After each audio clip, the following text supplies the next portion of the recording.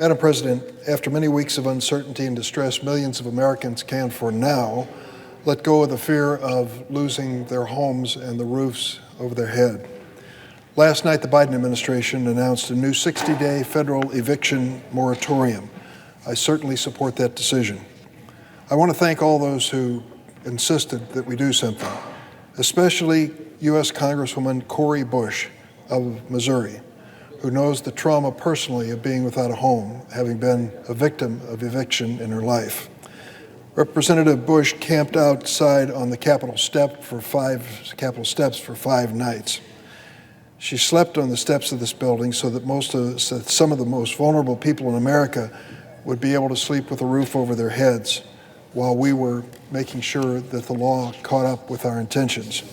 The emergency assistance will help pay, I also want to thank my fellow Democratic senators, especially Senators Sherrod Brown and Elizabeth Warren, who pushed for a fair and just solution to what would have been an entirely preventable tragedy for families who've already lost so much in this pandemic. So many as 11 million Americans have fallen behind on their rent during this pandemic because of job losses and other misfortunes. Let me tell you about one of them, Patricia Vasquez. Madam President, I ask order on the floor. Please take your conversations outside. Patricia Vasquez is a single mom of 2 boys. She lives in Chicago's Little Village neighborhood. She told her story to the Chicago Sun-Times. By the time Patricia Vasquez received an email on July 23rd telling her that she qualified for help from Chicago's Emergency Rental Assistance Program, the gas to her apartment had already been cut off because of a $1,400 unpaid bill. She had sold some of her clothes and jewelry to pay the electric bill to keep the lights on, and she was 6 months behind in rent. The emergency assistance will help pay her overdue rent and utility bills.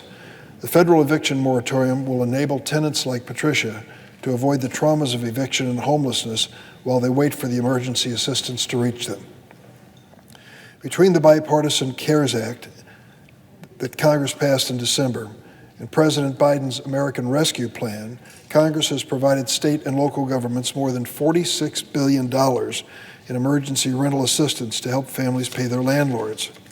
Unfortunately, many states and localities have been slower than expected in getting that money to the people who need it.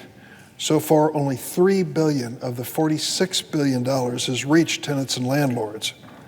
To punish renters who've already lost so much for delays over which they have no control, and to evict them with the Delta variant tearing the country apart would be unfair, unconscionable, and in many cases, deleterious to public health. It would harm our efforts to bring this virus under control for good. Fortunately, in recent weeks, many cities and states have made progress in getting to help out to the people who need it. That includes the city of Chicago and the state of Illinois. The CDC's new eviction moratorium is only a first step. It is imperative that all state and local governments step up their efforts to get federal relief to the families who need it, and the landlords as well. This pandemic has caused enough pain. Red tape can't be allowed to deepen that pain for anyone.